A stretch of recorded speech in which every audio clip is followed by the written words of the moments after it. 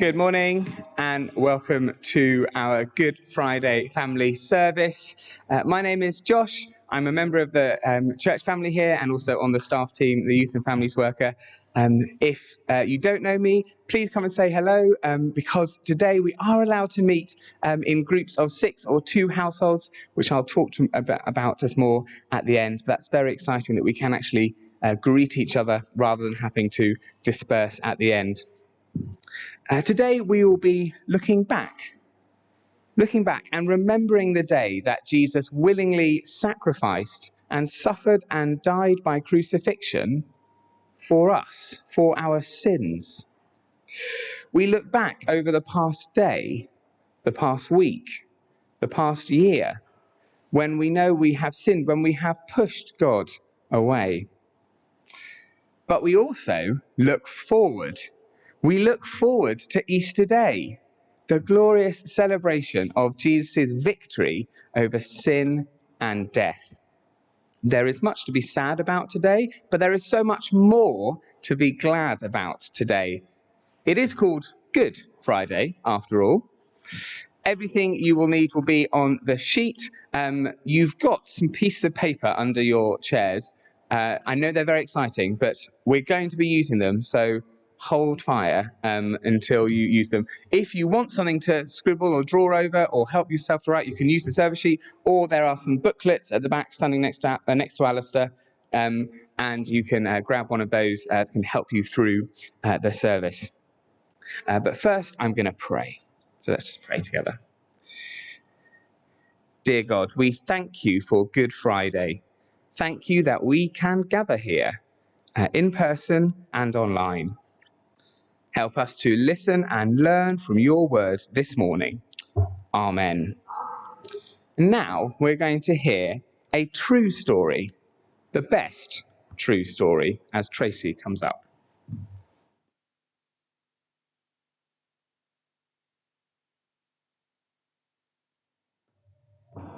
Thank you, Josh. I'm going to read you a book now. Not that long a book, don't panic. It's called The Garden, the Curtain and the Cross. And if you look behind me, you'll be able to see it's a beautifully illustrated book, and you'll be able to see the illustrations while I read.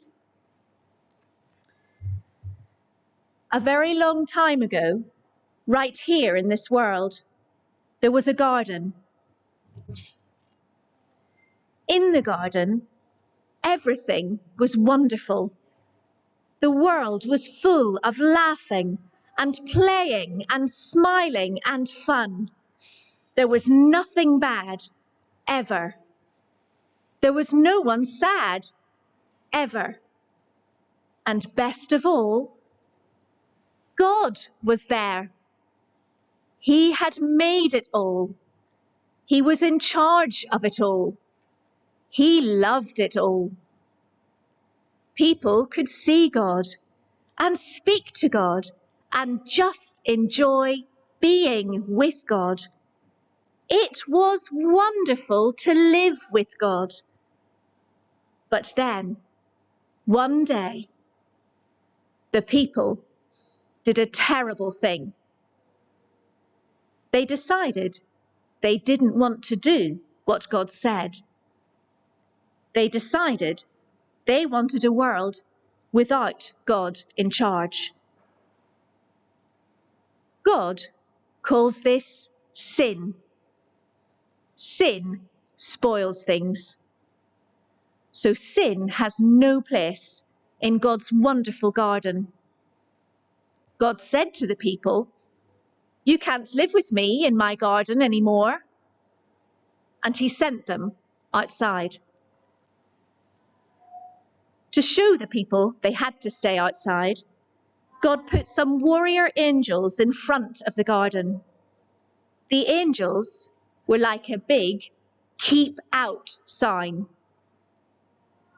Now, things were sometimes bad, and people were sometimes sad. But people still kept sinning because they didn't want God to be in charge. So no one could come into God's wonderful place. God said, because of your sin, you can't come in. God wanted people to remember, it is wonderful to live with him, but because of your sin, you can't come in. So he told the people to build a special building called his temple, where he would live. In the middle of the temple was the most wonderful place in the world, the place where God was, with nothing bad and nothing sad. It was very exciting. But then God told people to put a big curtain around this wonderful place. The curtain had pictures of warrior angels on it. It was a big "Keep Out" sign. For hundreds of years, the temple curtain reminded people that God said, it is wonderful to live with him, but because of your sin, you can't come in. Babies became grown-ups and had babies, and those babies became grown-ups and had babies, and those babies had grown-ups and had babies. Hundreds of summers and winters passed by, and the Keep Out curtain stayed in the temple. Then, one day, God the Son came to live in this world as a person. He was called Jesus. Jesus always did what God said. Jesus never sinned. And Jesus visited the temple where the Keep Out curtain hung. Jesus knew that things were sometimes bad and sometimes sad.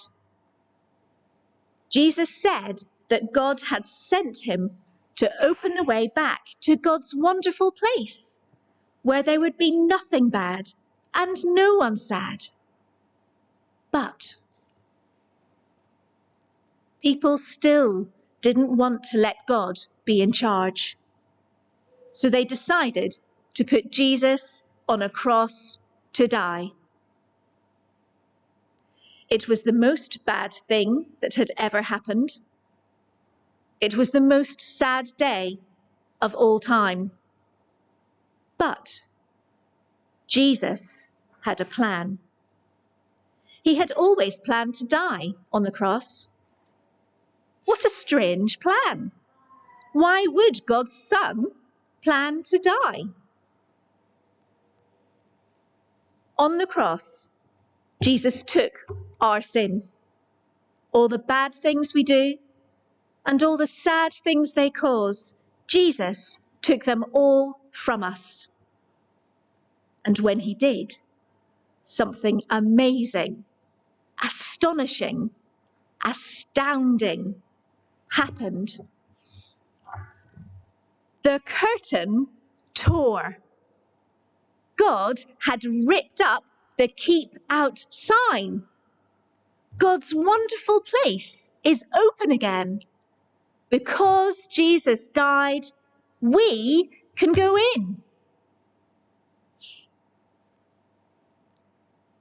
After Jesus died, his friends put him in a tomb. They were very sad. For 2 days, nothing happened. Then, the next morning, Jesus' friends went to see his body in the tomb, and it wasn't there. A little later on, Jesus' friends were all together, and suddenly, Jesus was there, alive. Suddenly, his friends weren't sad. Now they were so happy. God had brought Jesus back to life so that he could live in God's wonderful place forever. And Jesus has sent everyone an invitation to come and live with him there too. He tells us, God says it is wonderful to live with him. Because of your sin, you can't come in. But I died on the cross to take your sin. So all my friends can now come in. We can live with God forever. There will be nothing bad and no one sad. We will see God and speak to God and just enjoy being with God, just as he planned. It will be wonderful to live with him, and it's all because of Jesus. We will say every day, "Thank you, King Jesus, you're amazing." And you can start saying that today.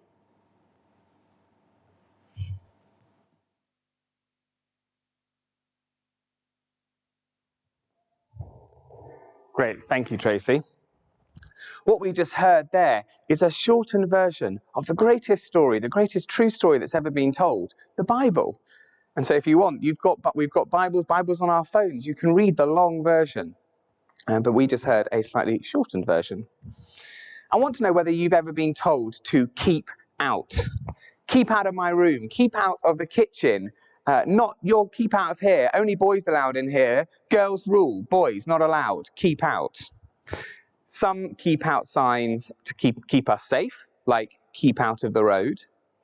Some keep out signs divide us, like you and you can come in, but you can't come in. Or I like you and you can come into my party, but you, no, I don't want you here. Normally, keep out signs are sort of this big, stuck on doors, or maybe just said. So I want you to imagine a keep out sign that is 9 meters or 30 feet wide and 9 meters or 30 feet high.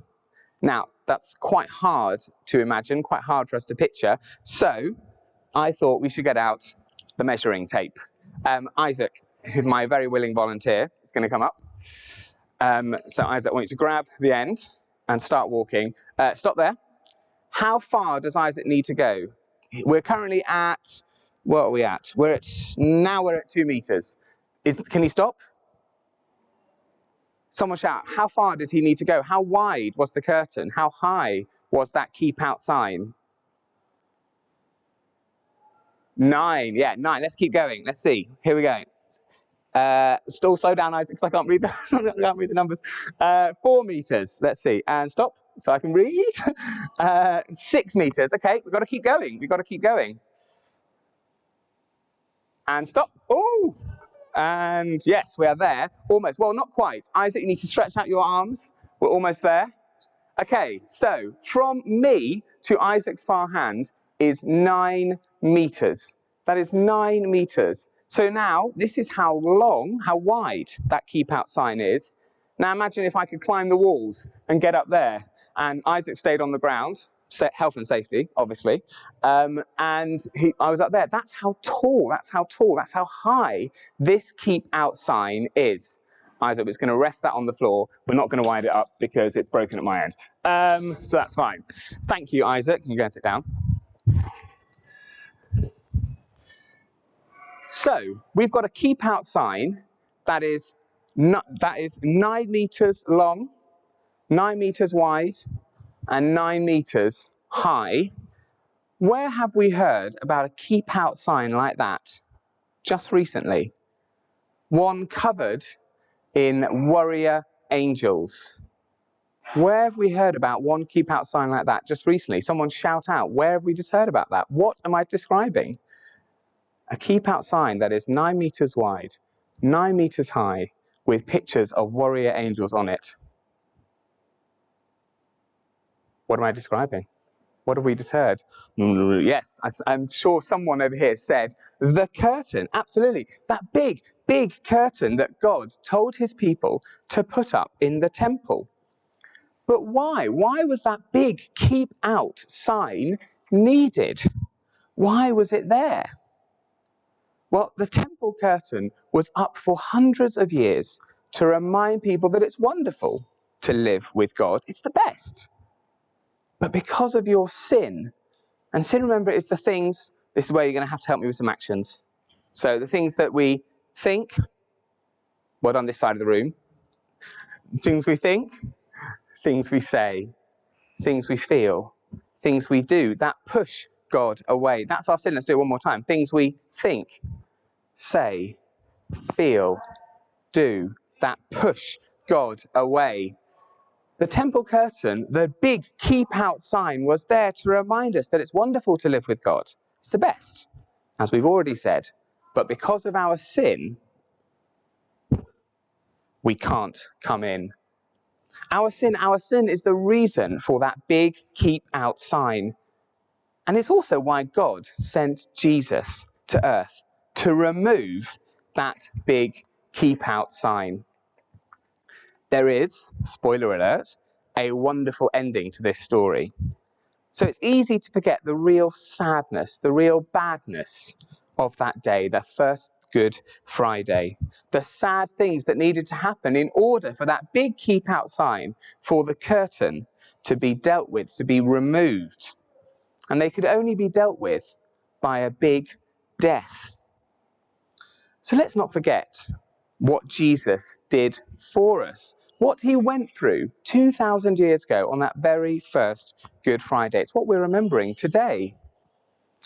Jesus was arrested, that's scary enough, but Jesus was beaten up, one against many. Jesus was laughed at, mocked, made fun of. If we've ever been made fun of in the playground or the office, we know a little bit of what that's like. It's not nice. Jesus was blindfolded. He was punched again and again. And this was not done by average people, which would have been bad enough, but by professional soldiers who knew exactly what they were doing and knew how to inflict pain. Jesus went through all of this. And worst of all, Jesus, the Son of God, was taken up to a cross of wood, nailed to it, and left to die. It feels like a very sad ending to the life of Jesus, who came to earth as a baby, who always did what God said, who never sinned. He always thought things, he always said things, he always felt things, he always did things that were the exact things that God wanted him to do. He never pushed God away.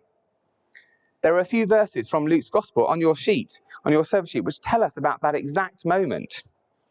Luke tells us that at midday, in the middle of the day, the sun went dark. Not a gradual darkening, like evening, or dark that people know about, like an eclipse. Sudden darkness. It's quite hard to replicate darkness at 10:20 in the morning. So what we're just going to do is we're just going to cover our eyes. I'll tell you when you can open them again. But just for the next few moments, we're just going to cover our eyes while I speak to replicate, to help us think about that darkness. While you've got your eyes shut, just imagine, or your eyes closed or covered, imagine how freaky it would have been. Bright, shining daylight 1 minute, and eerie darkness the next. You'd be thinking, hey, what's going on? We're in the middle of a game of footy here. We're just walking down Jerusalem's high street. Why has God turned out the lights? What have we done to deserve this?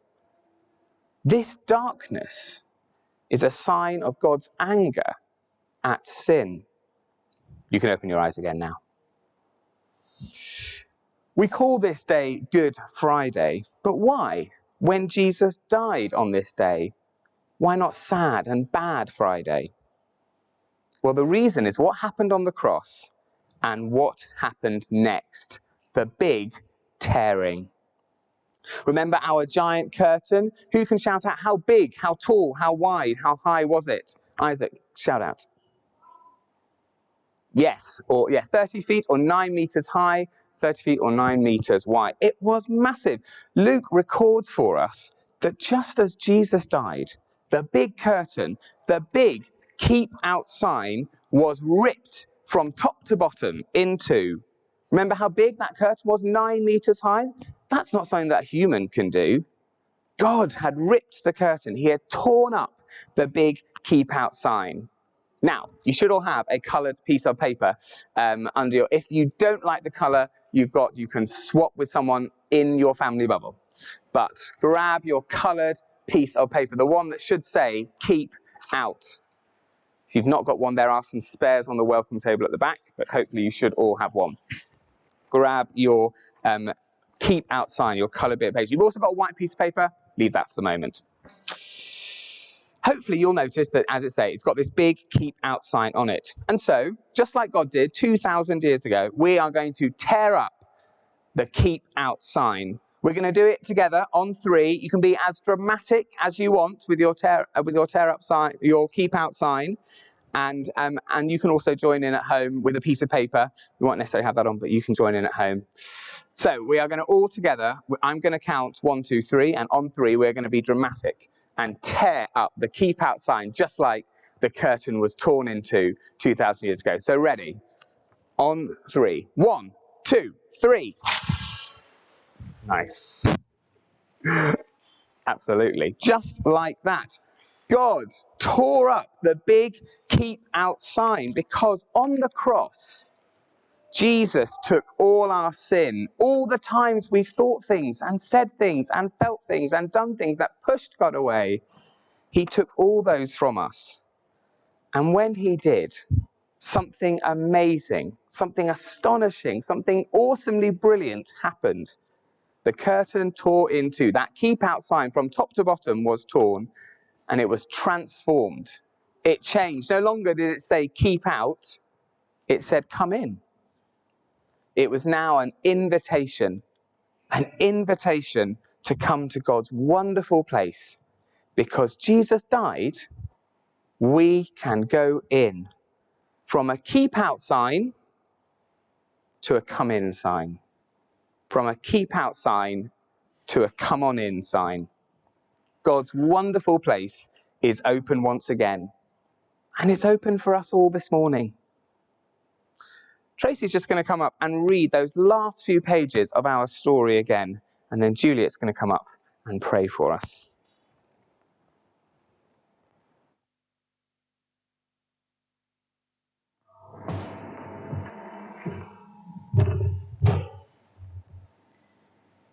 God had brought Jesus back to life so that he could live in God's wonderful place forever. And Jesus has sent everyone an invitation to come and live with him there too. He tells us, God says it is wonderful to live with him. Because of your sin, you can't come in. But I died on the cross to take your sin. So all my friends can now come in. We can live with God forever. There will be nothing bad and no one sad. We will see God and speak to God and enjoy being with God just as he planned. It will be wonderful to live with him, and it's all because of Jesus.